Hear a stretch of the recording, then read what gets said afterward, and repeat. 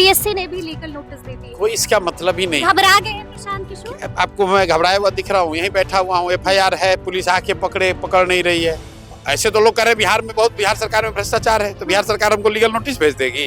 कहा जा रहा था कि 72 घंटे के अंदर प्रशांत किशोर कुछ बड़ा कर सकते हैं, क्या वाकई में कोई प्लान चल रहा है? हम तो अब जब बिहार में हैं तो क्या 72 घंटे, क्या 72 दिन, पिछले 72 महीनों से यहीं पर हैं। प्रशांत किशोर ने ही कहा था, मुझे याद है, कि जब आप एक बार मुझे उठा लीजिएगा तो जब मैं दोबारा आऊंगा तो इससे बड़ा आंदोलन होगा। उसका वो तो बिल्कुल होगा, बिल्कुल होगा। नमस्कार, हमारा नाम है समरीन और आपने देखना शुरू कर दिया है लाइव सिटीज।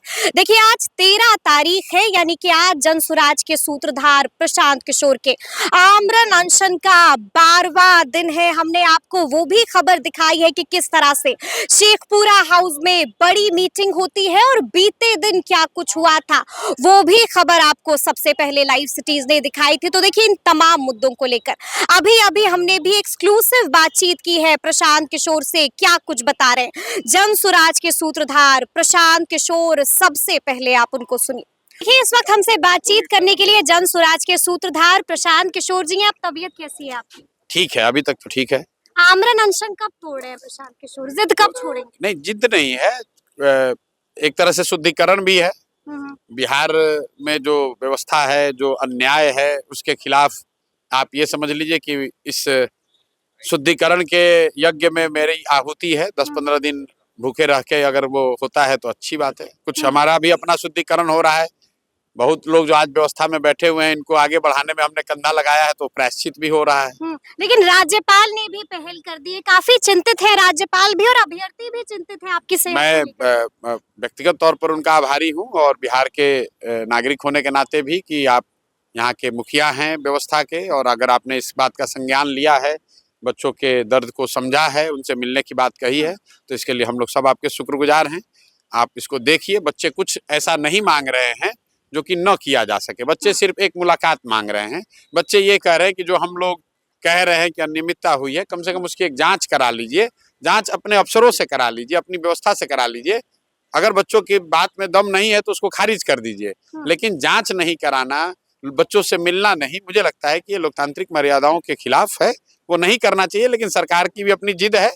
तो खैर, लोकतंत्र है, चलता रहता है। मीटिंग हुई है, प्रतिनिधिमंडल जा रहा है जी, अभी 2 बजे 11 छात्र, वो छात्र जो इस आंदोलन से पिछले 1-1.5 महीने से जुड़े हुए हैं, उन सब ने अभी बैठ के तय किया है आपस में कि कौन से 11 साथी जाएंगे। वो लोग जाएंगे, उसके बाद आपसे मीडिया से वो बात भी करेंगे। अच्छा, हम आपसे ये भी जानना चाह रहे हैं कि लगातार आप पर एफआईआर भी हो रहा है, बीपीएससी ने भी लीगल नोटिस दे दिए। कोई इसका मतलब ही नहीं। घबरा गए हैं प्रशांत किशोर? आपको मैं घबराया हुआ दिख रहा हूँ, यहीं बैठा हुआ हूँ, एफआईआर है, पुलिस आके पकड़ नहीं रही है। बीपीएससी ने लीगल नोटिस भेजा है। अब आप बताइए, आप लोग पत्रकार हैं, हम लोग रास्ते में चलते कहते हैं कि बिहार सरकार के सब डिपार्टमेंट में चोरी हो रहा है, बिना भ्रष्टाचार के, बिना पैसा के बिहार में कोई काम नहीं होता है। कल बिहार सरकार हमको नोटिस भेज दे कि आप पर अवमानना होगा। मैंने किसी व्यक्ति पर थोड़ी ना इल्जाम लगाया। मैंने ये कहा है कि बिहार में गांव-गांव, हर गली कूचे में ये चर्चा चल रही है कि कदाचार हुआ है, अनियमितता हुई है। तो ऐसे तो लोग कह रहे बिहार सरकार में भ्रष्टाचार है, तो बिहार सरकार हमको लीगल नोटिस भेज देगी। तो लीगल नोटिस उन्होंने भेजा है, जवाब देंगे। जवाब लीगली दिया जाएगा, उसमें क्या जवाब लीगली दिया जाएगा। लेकिन बीते दिन हमने ये भी देखा कि आपके कैंप में पुलिस घुसती है और घुस करके सब कुछ उखाड़ देती है। नहीं, बार रोका जा रहा है प्रशांत। कल वहाँ एक वो पुरानी एक हम लोग का कैंप लगाने की पहले की व्यवस्था है, उसका इन घटनाओं से कोई लेना देना नहीं है। जनसुराज का परिवार जैसे जैसे बड़ा हो गया है, तो उनके प्रशिक्षण के लिए शेखपुरा में इतनी जगह, लेकिन कम पड़ती है, प्लस यहाँ ट्रैफिक का दिक्कत होता है। तो इसलिए हम लोग चाहते थे कि वहाँ पर एक कैंप की व्यवस्था बना। एक पाटलिपुत्र में कैंप लगा हुआ है, वहाँ 100, 150, 200, 500 लोग जमा हो पाते हैं। तो उससे बड़ा प्रशिक्षण केंद्र के लिए वो जगह हम लोगों ने वहाँ के किसानों से रेंट देकर, मुआवजा देकर लिया हुआ है। कल जब वो कैंप लग रहा था तो शायद प्रशासन को ऐसा लगा होगा कि कोई आंदोलन वगैरह की यहाँ होगा, उनका डर है, कह लीजिए, मिसगिविंग कह लीजिए। आज प्रशासन ने बुलाया है, जनसुराज के साथी गए हैं, बात कर रहे हैं। मेरा विश्वास है कि वहाँ पर कैंप लग जाएगा। अच्छा, एक और आखिरी सवाल है, कहा जा रहा था कि 72 घंटे के अंदर प्रशांत किशोर कुछ बड़ा कर सकते हैं, क्या वाकई में कोई प्लान चल रहा है? अरे भाई, ये तो आप लोग चलाते हैं 72 घंटे, 24 घंटे। हम तो अब जब बिहार में हैं तो क्या 72 घंटे, क्या 72 दिन, पिछले 72 महीनों से यहीं पर हैं। लेकिन प्रशांत किशोर ने ही कहा था, मुझे याद है कि जब आप एक बार मुझे उठा लीजिएगा तो जब मैं दोबारा आऊंगा तो इससे बड़ा आंदोलन होगा। उसका क्या वो हुआ? तो बिल्कुल होगा, होगा। बिल्कुल होगा, अभी भी कह रहे हैं कि होगा। बिल्कुल होगा। देखते जाइए कि आगे आगे क्या होगा। भाई कहाँ रुके हैं, हमने अनशन नहीं तोड़ा है, छात्रों की बात करनी नहीं छोड़ी है। आज भी बैठ के शिष्टमंडल राज्यपाल से मिलने जा रहा है।